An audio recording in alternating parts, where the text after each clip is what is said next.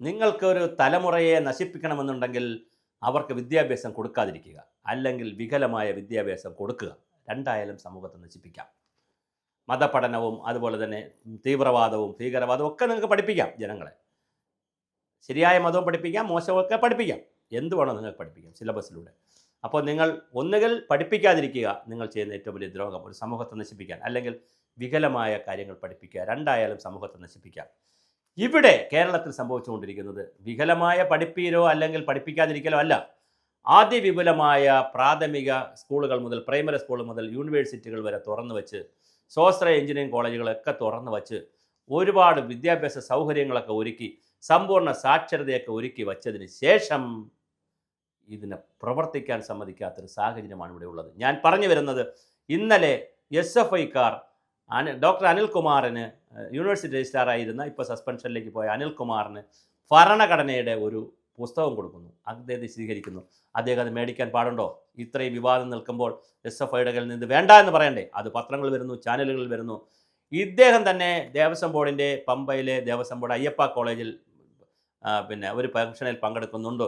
അവിടെ തൊട്ട് പിറകിൽ ബാനറിൽ ഭാരതാംബയുടെ ചിത്രം വെച്ചിട്ടുണ്ട്. ആ ഫംഗ്ഷനിൽ അത് ABVP ഇപ്പോൾ പുറത്തുവിട്ടിട്ടുണ്ട്. ആ ഫംഗ്ഷനിൽ ഇദ്ദേഹം സംസാരിക്കുന്നുണ്ട്. അപ്പോൾ ഇദ്ദേഹത്തിന് ഭാരതാംബയൊന്നും അല്ല വിഷയം. പാർട്ടി CPMൻ്റെ ശിവൻകുട്ടിയും CPIയിലെ പ്രസാദും ഈ വിഷയം ഏറ്റെടുത്തപ്പോൾ അതിനോടൊപ്പം ചേർന്ന് നിന്നുകൊണ്ട് എന്തൊക്കെ തോന്നിവാസങ്ങളാണ് താങ്കൾ രജിസ്ട്രാറായിട്ട് ചെയ്യുന്നത്. താങ്കളുടെ യൂണിവേഴ്സിറ്റിയുടെ സെനറ്റ് ഹാള് അല്ലെങ്കിൽ അവിടുത്തെ ഹാള് വിട്ടുകൊടുത്തത് ഒരു വിഷയം, വിട്ടുകൊടുക്കാതിരിക്കാം. ഒരു ഹിന്ദു സംഘടന പത്മനാഭസ്വാമിയായി ബന്ധപ്പെട്ട ഒരു സേവാ സമിതി വന്ന് ചോദിക്കുമ്പോൾ കൊടുക്കാതിരിക്കാം, ഒന്നാമത്തെ കാര്യം. ഇനി കൊടുത്തിട്ട് വേണമെങ്കിൽ നിങ്ങൾക്ക് അവരുമായി നെഗോഷിയേറ്റ് ചെയ്യാം. ഇനി അല്ലെങ്കിൽ ഇത് VCയുടെ ശ്രദ്ധപ്പെടുത്താം. താങ്കൾക്ക് അവിടെ പണി അപ്പം തീർന്നു. താങ്കളുടെ പ്രത്യേക അധികാരം ഒന്നും എടുക്കേണ്ട കാര്യമില്ല. താങ്കളുടെ മുകളിൽ VC ഉണ്ടല്ലോ. മാത്രമല്ല VCയുടെ മുകളിൽ ചാൻസലറാണ് വരുന്നത്. ചാൻസലറായിട്ടുള്ള ഗവർണറാണ് വരുന്നത്, വെളിയിൽ നിന്ന് ഒരാളല്ല, നിങ്ങളുടെ കുടുംബാംഗമാണ് വരുന്നത്. അപ്പോൾ കുടുംബത്തിലെ അംഗം വരുമ്പോൾ നിങ്ങളുടെ സീനിയറായിട്ടുള്ള അല്ലെങ്കിൽ നിങ്ങളുടെ അടുത്ത കാറ്റഗറിയിലുള്ള കേഡറിലുള്ള VCയോട്, മോഹൻ കുന്നമേലിനോട് ഇത് പറഞ്ഞു കഴിഞ്ഞാൽ പിന്നെ നിങ്ങളുടെ ജോലി കഴിഞ്ഞു. നിങ്ങൾ പിന്നെ സാർ ഞാൻ റിപ്പോർട്ട് ചെയ്ത് കഴിഞ്ഞു, പിന്നെ അതേ നടപടി എടുക്കട്ടെ.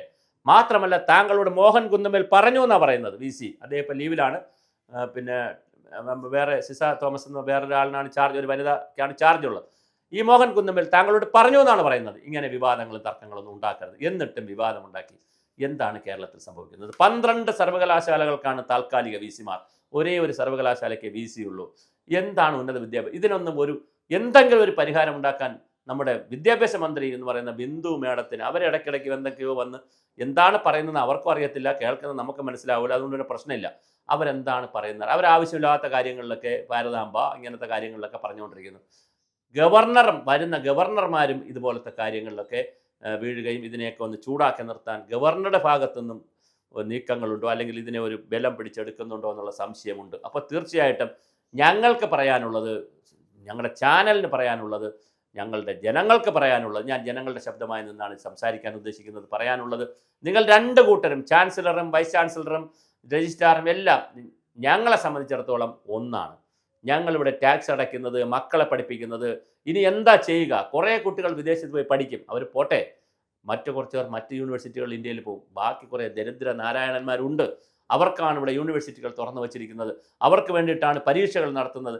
അവർ വലിയ ഫീസ് കൊടുത്താണ് പലരും പഠിക്കുന്നത്. ഇപ്പോൾ പഴയതുപോലെ ഫീസ് വാങ്ങാതെ ഒന്നും അല്ല പഠിപ്പിക്കുന്നത്. ഗവൺമെൻറ് കോളേജിൽ ഫീസ് കുറവാണെങ്കിലും നല്ല രൂപത്തിലുള്ള ഫീസ് യൂണിവേഴ്സിറ്റിയൊക്കെ വാങ്ങിയിട്ട് തന്നെയാണ് കുട്ടികൾ പരീക്ഷയൊക്കെ എഴുതുന്നത്.